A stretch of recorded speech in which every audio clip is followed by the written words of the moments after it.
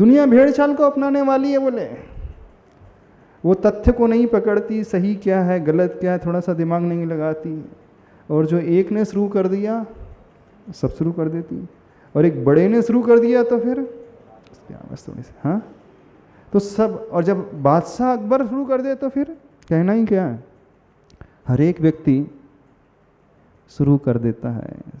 थोड़ा सा प्रॉपर कर लो ना इसको, इसको प्रॉपर कर लो, बस सिद्ध हो गया। हाँ बिल्कुल सिद्ध हो गया, पर जहाँ पना बिल्कुल सिद्ध हो गया।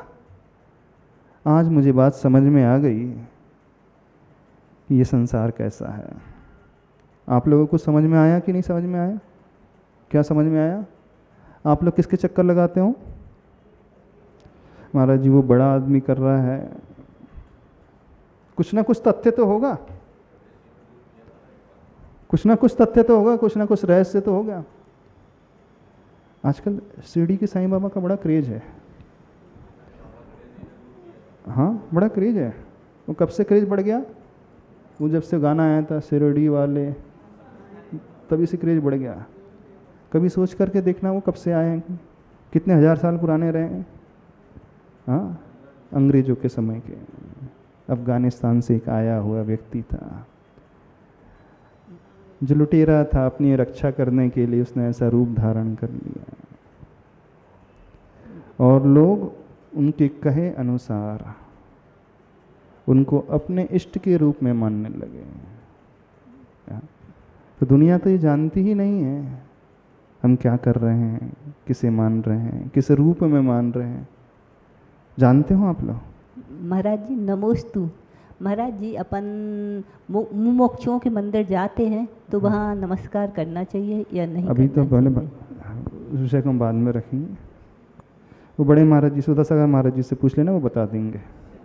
हाँ हाँ हाँ महाराज जी से पूछ लेना, जिज्ञासा समाधान में महाराज जी इसका उत्तर दे देंगे, बहुत अच्छे से दे देंगे। नहीं दिया महाराज जी ने उत्तर? कई बार दिया है, फिर भी पूछ रहे हो। जो भी है, हमारे कहने का अभिप्राय यह है, हम जिसे पूज रहे हैं पहले ये देखना सीखें कि वह उस कैटेगरी का है भी कि नहीं। जिन देवों को पूज रहे हैं भगवान मान करके, जिन देवी की पूजा कर रहे हैं भगवान मान करके, भगवान कौन होते हैं? प्रभु कौन होते हैं? जिसके भीतर वही राग, आपके भीतर भी वही राग, फिर आप में और उनमें क्या अंतर हुआ? आपको भी डर लगता है, उन्हें भी डर लग रहा है, वस्त्र रखे हुए हैं। आपको भी लज्जा आती है, आपने वस्त्र पहने, उन्हें भी लज्जा आती है, वो वस्त्र पहने हुए हैं। आप भी श्रृंगार करते हैं, उनके माथे में भी श्रृंगार है, पूरे शरीर में श्रृंगार है, आभूषण है। कषाय का भाव उनके भीतर भी, प्रदर्शन का भाव उनके भीतर भी, लोभ का भाव उनके भीतर भी, भय का भाव उनके भीतर भी। तो जहाँ भय मिले, क्रोध मिले, लोभ मिले, ईर्ष्या मिले, प्रदर्शन मिले, तो क्या वो भगवान हो सकते? बताइए हमें, हो सकते हैं भगवान? तो भगवान कौन होते हैं? कौन होता है? किस रूप में होता है? उसकी क्या परिभाषा है, क्या कसौटी है? यदि ज़्यादा नहीं आता तो थोड़ी सी अपनी तुलना उनसे करना, तुरंत पकड़ में आ जाएगा कि ये कौन है और हम कौन हैं। तो जहाँ राग ना मिले, जहाँ क्रोध ना मिले, जहाँ लोभ ना मिले, जहाँ प्रदर्शन ना मिले, जहाँ भय ना मिले, जहाँ इच्छा ना मिले, जहाँ आडंबर ना मिले, जहाँ दिखावा ना हो, तो जिसने उस राग के भाव को जीत लिया, जिसने उस भय के, द्वेष के भाव को जीत लिया।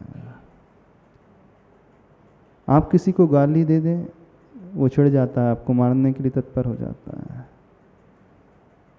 आप किसी को कुछ कह दें, वो श्राप दे दे, तो फिर मनुष्य और उसमें क्या अंतर है? आप किसी की चापलूसी करें, वो प्रसन्न हो जाए, वो आरती उतारने में प्रसन्न हो जाए, फिर आप में और उनमें क्या अंतर? तो आजकल ये भी बहुत ट्रेंड चल रहा है भगवान को रिश्वत देने का। नहीं ट्रेंड नहीं चलता? हाँ भगवान मेरा काम हुआ तो चांदी का छत्र, 50 लाख का सौदा हो गया तो संत निवास का एक कमरा पक्का। हाँ 2 करोड़ का ये मकान या फ्लैट बिक गया तो 10% आपके भगवान। होता है कि नहीं? जब आपकी वो रिश्वत से वो खुश भी हो जाए, जो गवर्नमेंट ऑफिसर हो गया तो हाँ एक सरकारी ऑफिसर है, वो भी देने से खुश हो जाता है, ये भी देने से खुश हो जाते हैं। उसका कहना नहीं मानो तो वो रुष्ट हो जाता है, ये भी रुष्ट हो रहे हैं, आप भी रुष्ट हो जाते हो। तो फिर किसे हम माने? तो भगवान जब खुशी नहीं हो रहे, रुष्टि नहीं रहते, फिर काहे के भगवान? प्रश्न फिर उनके पास हम जाए क्यों?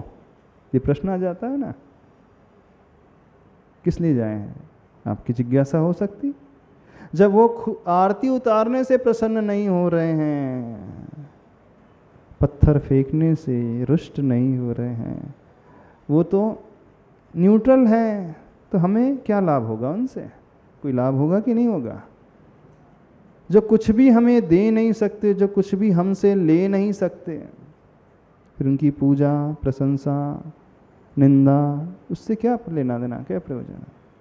ये प्रश्न आ सकता है, कई लोगों के मन में आता है।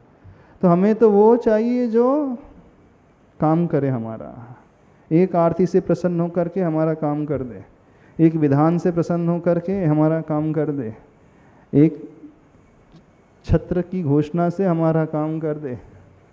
ये चाहिए ना? आपको भगवान से कोई प्रयोजन नहीं है, कड़वी बात बोल रहे हैं। किसी को भगवान से कुछ लेने देना नहीं है, सबको अपने स्वार्थ से लेना देना है। सबको अपने स्वार्थ से लेना देना है, अपना स्वार्थ पूर्ण करना है। दुकान कहाँ चलेगी, कैसे चलेगी, शादी कब होगी, कैसे होगी, ऑपरेशन कब ठीक होगा, केस कब कैसे जीतेंगे, कहाँ से जीतेंगे, वहाँ चलो। बिल्कुल सत्य बता रहे हैं, यही सत्य है। सत्य को पहचानो। भगवान इन सब से ऊपर उठे हुए होते हैं। हाँ भगवान देंगे नहीं, भगवान लेंगे नहीं, लेकिन हमारा पुण्य हमें देगा। उनकी आराधना से अपने आप ही हम लेने वाले हैं, वो हमें देने वाले नहीं हैं। तो सर्वप्रथम उन सरागी तथाकथित भगवान की आरती, पूजा, ढोक देना बंद कर दो। वो कुछ नहीं कर सकते, वो इस योग्यता को रखते ही नहीं, क्योंकि वे स्वयं प्रभु के भक्त हैं। वो सौधर्म इंद्र भी भक्त है, वे सारे के सारे प्रभु तीर्थंकर भगवान के जो देवी देवता, जिसे यक्ष यक्षिणी कहा जाता है, अथवा जो भी नाम से कहा जाता है, शासन देवी देवता के नाम से कहा जाता है, वे सारे के सारे तीर्थंकर भगवान की आराधना करने वाले हैं। और आप उनकी आराधना करने पर लगे हुए हैं, हाँ? भगवान मान करके उन्हें पूज रहे हो। तो जहाँ डायरेक्ट काम हो रहा है उनसे, तो वो हमारे पीछे पीछे आ जाएंगे। सीता ने कौन सी देवी की आराधना की थी अग्नि परीक्षा के समय? कौन से देव को याद किया था? मैना सुंदरी ने किसको याद किया था? मनोवती, सोमासती, अंजना और कौन कौन, द्रौपदी, सुलोचना, कौन से देवी देवता की आराधना करी थी? बताओ थोड़ा। करी थी किसी की आराधना? किसकी आराधना करी थी? प्रभु की आराधना की थी। प्रभु जो राग से रहित, द्वेष से रहित, 18 दोषों से जो रहित, जो इन दोषों से ऊपर उठा चुका है, वो उनकी आराधना की थी और चमत्कार अपने आप जीवन में घटित हो गए। अब सबसे बड़ी विडंबना जो है आप लोगों के साथ, एक डर है, एक लोभ है। दो चीज़ हैं, एक डर और दूसरा लोभ। सबसे ज़्यादा व्यक्ति लोभ से प्रभावित होकर के इधर उधर भटकता है। यहाँ जाऊँगा तो मेरा काम हो जाएगा, वहाँ जाऊँगा तो वो काम हो जाएगा, उसको इतना बोलूँगा तो काम हो जाएगा, वहाँ श्रीफल चढ़ा दूँगा तो कुछ नहीं होता है। और दूसरा है, अभी तक मैं जिसे पूछता आया, यदि बंद कर दिया तो क्या होगा, कहीं नुकसान ना हो जाए, एक्सीडेंट ना हो जाए, परेशानी ना आ जाए। एक भय में भीतर में बैठा हुआ है ना। जब जब आपको भय लगने लगे, किसी को भी किसी भी प्रकार का, किसी भी सरागी से भय लगने लगे, घबराना नहीं, अपने इष्ट वीतरागी प्रभु के पास जाना, एक श्रीफल लेकर के चले जाना, श्रीफल चढ़ा देना, संकल्पित होकर के आ जाना। वो कोई परेशान नहीं करेगा। यदि परेशान करता है तो पूर्व का वैरी आदि होता तो परेशान करता है भी तो क्षमा मांग लो उससे। वो पूजन के अधिकारी नहीं है, वे साधर्मी है। पूजन के अधिकारी नहीं, वे साधर्मी है। अब साधर्मी का आपसे एक दूसरे से वैर हो जाता है, लड़ाई हो जाती है, कैसे निपटाते हो?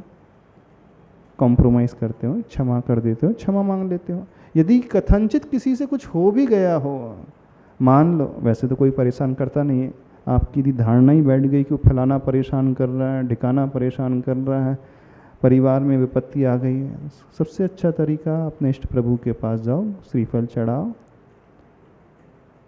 अभिषेक शांति धारा करो, एक श्रीफल उनके नाम से भी, हाँ मैं क्षमा मांग रहा हूँ मेरी गलती के लिए, पूजा के लिए नहीं चढ़ाना श्रीफल उसको, जैसे आपस में होता है, ठीक है जो भी गलती हो गई थी अब हम छोड़ते हैं, क्षमा करते हैं, बहुत लड़ लिए, बहुत पीढ़ियाँ निकल के लड़ते लड़ते हैं, अब ये मन मुटाओ, छोड़ो छाड़ो, कब तक लड़ते रहेंगे? तो जैसे ही आप क्षमा का भाव अपने भीतर लाते हैं, उसकी तीव्रता जो कषाय की है वो भी कम हो जाती है। होता है कि नहीं आपस में? यदि सामने वाला झुकने को तैयार हो जाता है तो आप भी झुकने को तैयार हो जाते हैं। आप कब तक अकड़ कर खड़े रहते हो, लड़ते रहते हो? जब वो भी अकड़ा रहता है, वो झुकने को तैयार नहीं, वो स्वीकारने को तैयार नहीं, तो बोलते हैं, आप क्या बोलते हैं, मैं क्या कम हूँ? हाँ, और जैसे ही उसने थोड़ा सा झुकाव अपने भीतर लाया तो आपका मन भी कहता है चलो अब 19-20 लेना देना। तो यदि किसी को किसी से भय भी लगता है, उसका सबसे आसान तरीका है क्षमा करो, क्षमा मांग लो, बस वो जो तीव्रता थी धीरे धीरे माइल्डनेस में कन्वर्ट होते चले जाएगा, बहुत कम होता चले जाएगा। उसको इनवाइट करो ना भगवान की आराधना के लिए, क्योंकि वो भी उन्हीं भगवान को पूज रहा है, आप भी उसी भगवान को पूज रहे हैं, तो दोनों तो भाई भाई हो गए फिर, है ना। जो एक ही के पूज रहे हैं, एक ही के उपासक हैं, तो साधर्मी हो गए ना। साधर्मी को देख करके प्रसन्न होता है, रुष्ट थोड़ी होता है, वो उसकी हेल्प के लिए भी आ जाता है। तो जो डर भीतर में बैठा हुआ है किसी के भी मन में किसी बात को लेकर के, उस भय को निकालो, क्योंकि सम्यक दृष्टि जीव जो होता है भय से ऊपर उठा हुआ होता है। भयासा स्नेह लोभाच, भय से, स्नेह से, लोभ से वह अन्य सरागी कुदेव की आराधना सम्यक दृष्टि नहीं करता है। आचार्य समंत भद्र स्वामी जी कहते हैं कुछ नहीं होता है। अरे सम्यक दृष्टि की पूजा तो कौन कर रहे हैं? वे देव। सम्यक दृष्टि से छोड़ दो, चंडाल की पूजा करने वो देव आ जाता है। चांडाल की पूजा करने वो देव आ रहा है, उसके लिए सिंहासन लगा रहा है, जबकि चांडाल ने उस देव को याद नहीं किया था। वो तो अपनी दृढ़ता पर दृढ़ था, नियम पर दृढ़ था, और उसके लिए आ जाते हैं देव। तो जितना भी कुछ होता है हमारी अटूट श्रद्धा पर आधारित होता है। श्रद्धा अटूट है तो सारी की सारी विपत्तियां अपने आप दूर होते चले जाएंगी और वे लोग आपके चरणों में गिरेंगे। तो बात समझ में आ रही कि नहीं समझ में आ रही? टकासेर भाजी टकासेर खाजा मत करो, सबको एक ही तराजू में मत तौलो। हाँ, वो देवी गति के जीव हैं तो अभिनय किसी की नहीं करो, गाली मत दो किसी को, बुरा किसी के बारे में मत कहो। पर बुरा नहीं कहना, आप गाली नहीं देना तो इसका थोड़ी कि आप पूजन करना शुरू कर दो। यदि उनकी पूजा हो सकती है तो ऐसा करना, आप अपनी श्रीमती की पूजा करना शुरू कर दो, खुश हो जाएगी वो तो उससे बड़ी है ना, देवी से बड़ी है कि नहीं? क्यों? उसने ब्रह्मचर्य व्रत ले लिया है, रात्रि भोजन त्यागी है ना वो। देवी रात्रि भोजन त्यागी नहीं होती। श्रीमती का संयम है, उसका संयम नहीं है। तो कौन बड़ा हो गया? श्रीमती बड़ी हो गई। और आप अपने श्रीमान जी की पूजा शुरू कर दो। क्यों? क्योंकि वो भी उनसे बड़े हो गए देव से। तो नियम क्या होता है? जो बड़ा होता है उसकी पूजा की जाती, गुणों में नहीं होता। नियम क्या होता है? पूजा किसकी की जाती है? जिसके भीतर क्वालिटी होती है उसकी पूजा की जाती है, जिसके भीतर क्वालिटी नहीं है तो पूजा। तो उनकी पूजा करोगे तो फायदा ही फायदा रहेगा, वो भी खुश रहेंगी और पुण्य भी मिल जाएगा। पुण्य मिल जाएगा। अच्छा, बताना, श्रीमती की पूजा से पुण्य मिल जाएगा? हम कह रहे मिलेगा? पुण्य बंध यह नहीं देखता कि आप किसकी पूजा कर रहे हैं। पुण्य बंध जो होता है कषाय की मंदता से होता है। जब हम झुकते हैं किसी के चरणों में तो वहाँ नियम से कषाय की मंदता होती है, और वह कषाय की मंदता उसके लिए पुण्याश्रव करा देती है। तो चाहे आप किसी देवी के चरणों में झुको, देव के चरणों में झुको, श्रीमती के चरणों में झुको, अथवा इस पेंसिल देवता के चरणों में झुक जाओ तो भी पुण्य बंद होगा। हम कह रहे हैं बिल्कुल। इसकी फ़ोटो बनाओ बढ़िया, इसके ऊपर सिंह वो लगाओ, छत्र लगाओ, 3 छत्र, यहाँ एक कमल का आसन बनाओ और फर्स्ट क्लास।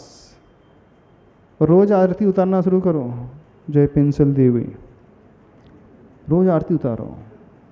बिल्कुल पुण्य बंद होगा, गारंटेड पुण्य बंद होगा।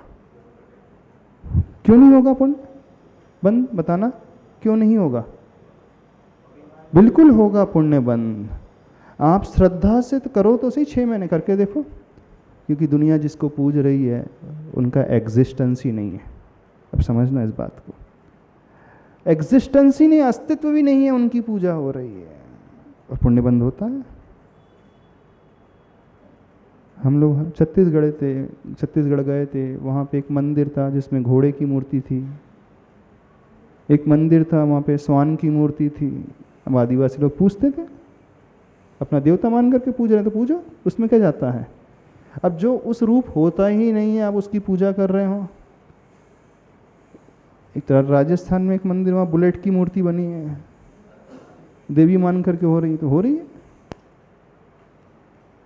अब देखना उसका अस्तित्व नहीं है फिर भी पूजा हो रही है। जब उस बुलेट की पूजा हो सकती तो पेंसिल की क्यों नहीं हो सकती? हो सकती कि नहीं? और आप पूजा शुरू कर दो, देखना आपकी देखा से कि कितने लोग शुरू नहीं हो जाएं। और प्रचार प्रसार करना, जब से मैंने इस पेंसिल की पूजा शुरू की है मेरे बहुत सारे काम हो गए। बस देखना शुरू, जैसे वो सारे के सारे लोग जूती को चूम रहे थे, सिर पे माथे में रख रहे थे, हाँ ये तो ऊपर से आई है, ऊपर से उतर करके आई है।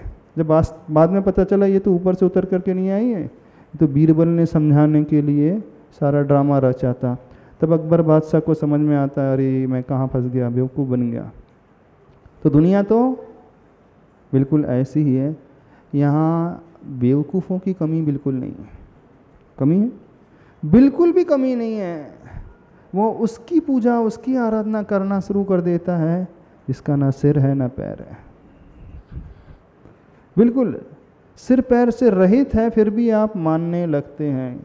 क्या मानने लगते हैं? इससे हमारा कल्याण होगा, हमारे कष्ट दूर हो जाएंगे, हमारे रोग दूर हो जाएंगे, हमारी दुकान चलने लगेगी, शादी ब्याह होने हो जाएंगे जो नहीं हो रहे काम।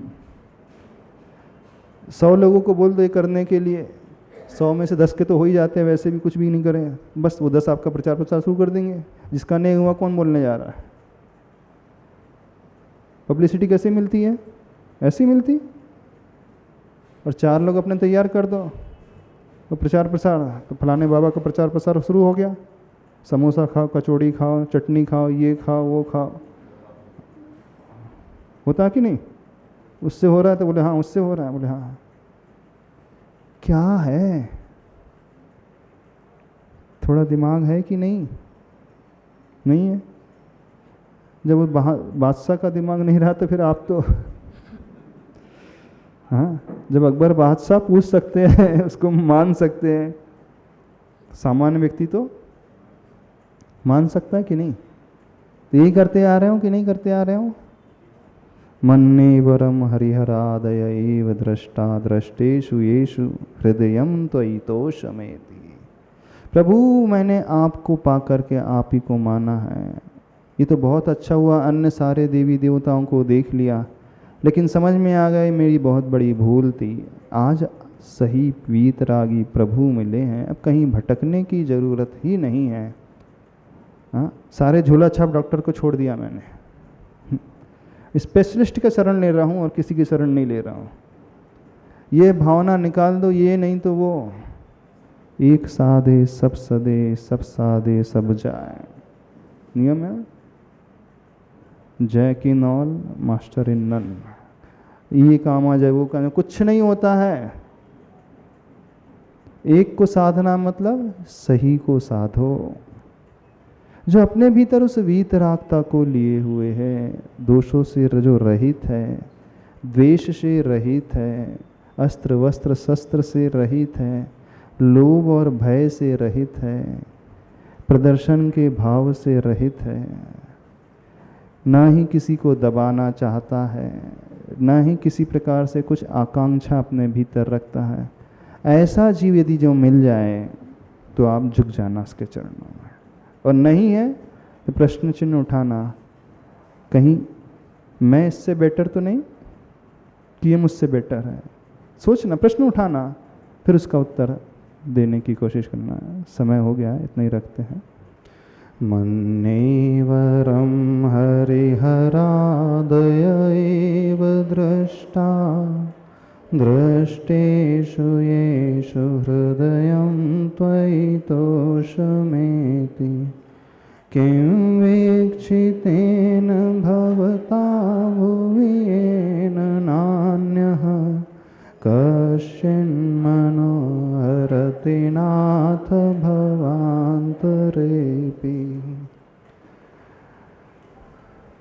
श्लोक का शब्दार्थ 2 चरण का हो गया था ना, चारों चरणों का पूर्ण रूप से अब शब्दार्थ देख लेते हैं। पूज्यवर आचार्य भगवान श्रीमान तुंग स्वामी महाराज जी कह रहे हैं, हे प्रभु, हे स्वामिन, मैं ऐसा मानता हूँ, दृष्टा हरिहरादय एव, जो संसार में रहने वाले अन्य देव हैं, देवियां हैं, जो मेरे द्वारा देखे गए हैं, वरम, अभी तक मैंने उन्हें उत्कृष्ट माना है, उत्कृष्ट मान करके चला था। येषु दृष्टेषु, लेकिन जिन्हें पहली बार देखा है, जिन्हें देख करके त्वयि आपके विषय में हृदय में संतोष उत्पन्न हो जाता है। ऐसा संतोष मुझे आज तक अन्य देवों को देखने पर कभी भी प्राप्त नहीं हुआ। जब ऐसी परिस्थिति है तो किं वीक्षितेन भवता भुवि येन न अन्यः कश्चित् मनो हरति नाथ भवान्तरेऽपि। हे प्रभु, वीक्षितेन, यानी जो देखे गए, भवता आपको, किम, क्या लाभ है इस भुवि में, इस संसार में, इस पृथ्वी पर, जिससे अन्य जगह कश्चित थोड़ा भी मेरा मन अन्य भाव में भी, जन्मांतर में भी अन्य को देख करके चित्त को नहीं हरा जाता है। अर्थात आप ऐसे हैं कि आपको छोड़ करके मेरा चित्त अब ना ही कोई वर्तमान में हर सकता है और ना ही भवांतरे अपि, यानी दूसरे भव में भी मेरे मन को और कोई नहीं हर पाएगा।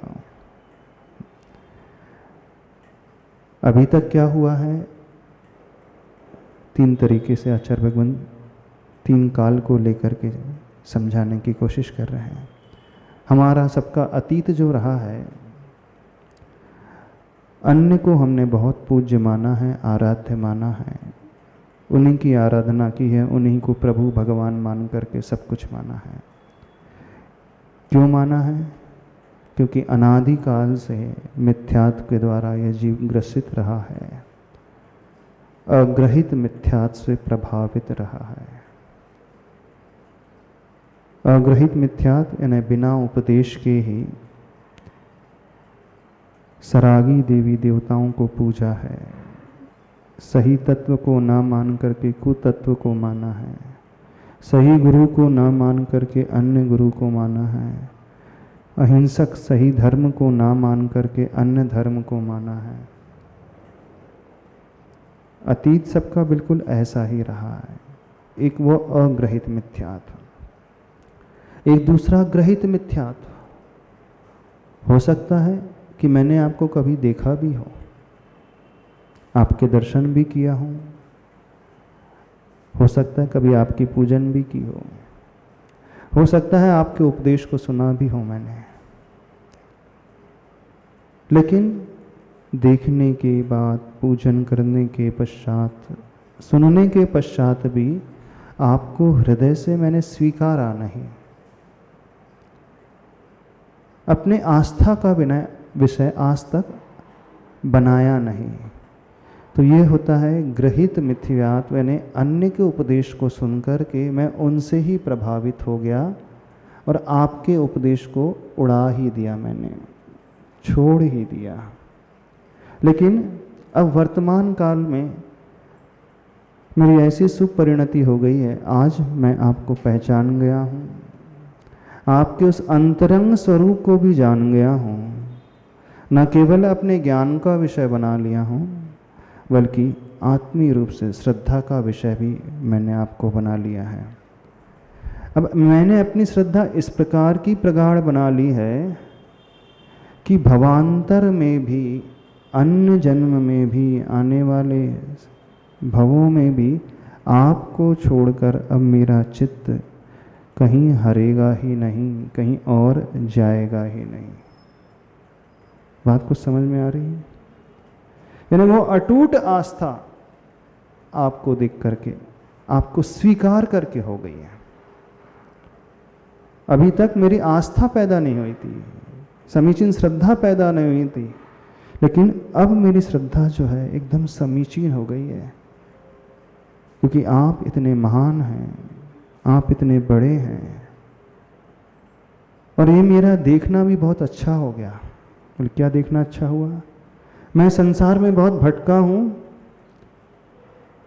सब जगह जाकर के माथा पटका हूँ, सबको मैंने चेक किया, सबको परखा हूँ, लेकिन अभी तक जो मुझे मिला वो सही नहीं मिला था। तो ये मेरे लिए बहुत अच्छा हो गया कि मैं अब अपनी गलतियों को कभी दोहराऊंगा नहीं।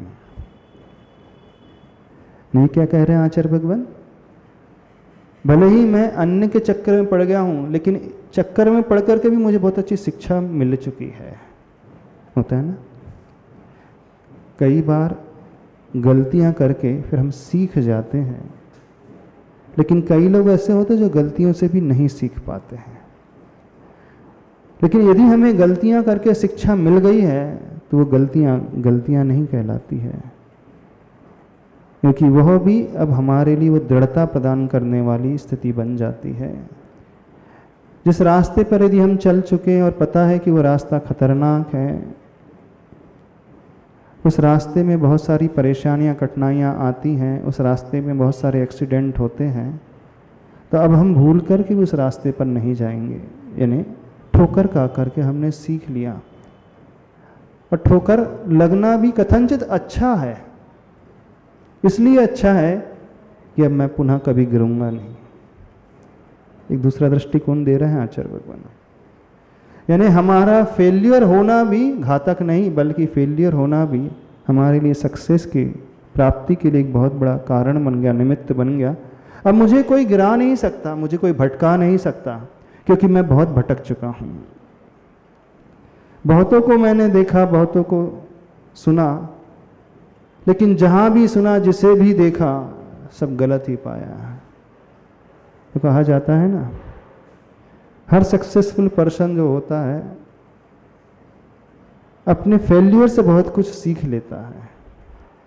तो जीवन में खराब कुछ होता ही नहीं है, हर खराब परिस्थिति, हर फेल्यूर हमें कुछ सिखाने वाला हो जाता है। तो यह भी बहुत अच्छा है, ये एक अप्रोच आचार्य भगवान दे रहे हैं, पॉजिटिव अप्रोच। एक दूसरा अप्रोच हो जाता है जब व्यक्ति धोखा खा जाता है, कहीं उससे नुकसान लग जाता है, तो वो डर जाता है, वो दीनहीन बन जाता है। अरे देखो, मुझे इतना नुकसान लग गया, मैं इतनी जगह फंस चुका हूँ, अब मैं कुछ नहीं करूँगा। एक दूसरा अप्रोच है, लेकिन उसी परिस्थिति को लेकर के एक अलग अप्रोच भी आ जाता है कि नहीं, धोखा खाना मुझे बहुत अच्छा हुआ, मेरे लिए बहुत अच्छा हुआ धोखा मिलना। तो क्यों अच्छा हुआ? अब दोबारा धोखा नहीं दे सकता सामने वाला। एक बार मैं हाथ जला चुका हूं, अब दूसरी बार हाथ नहीं जलेंगे। हाथ जलने पर व्यक्ति निराशावादी सोच में भी जा सकता है, अरे देखो हाथ जल गए, बहुत नुकसान हो गया उस बिजनेस में, अब कुछ करना ही नहीं जिंदगी में। लेकिन उसी परिस्थिति को व्यक्ति दूसरे एंगल से भी ले सकता है, क्या नुकसान हो गया, चलो अच्छा हुआ, बहुत बड़ी सीख मिल गई, अब मैं भविष्य में गिरूंगा नहीं, अब कोई मुझे बेवकूफ़ नहीं बना सकता कि बहुत बेवकूफ़ बन चुका हूँ। यानी जो हम अनादिकाल तक भटके हैं, वो भटकना भी कथनचित अच्छा रहा हमारे लिए, अच्छा रहा ना। एक एंगल है कि अनादिकाल से भटकते हुए आए हैं, क्या किया हमने, कुछ नहीं किया, कुछ मिला ही नहीं हमें। कैसे नहीं मिला? कुछ नहीं मिला हमें। हर धोखा व्यक्ति को सिखा करके जाता है कि नहीं? हाँ, बस आंखें खुली होना चाहिए सीखने के लिए। हाँ, धोखा खाने के बाद भी, गिरने के बाद भी यदि हम ना सीखें तो ये हमारी कमी। लेकिन दूसरा अप्रोच यदि हम अपना लें तो धोखा जिंदगी में मिलना भी बहुत अच्छा होता है, हमें ऊपर उठाने के लिए बहुत सहायक हो जाता है। अब दूसरी बार हमें कोई व्यक्ति गिरा नहीं पाएगा, कुछ कर नहीं पाएगा, बेवकूफ़ नहीं बना पाएगा। मैं अनादिकाल से भवों से भटकता हुआ ना जाने किन किन को मानता आया हूँ, लेकिन जीवन में इस भाव में पहली बार सही मिले हैं, आप मिले हैं। अब अन्य देव, अन्य गुरु, अन्य परिस्थिति हमारी श्रद्धा को डामाडोल नहीं कर पाएगी,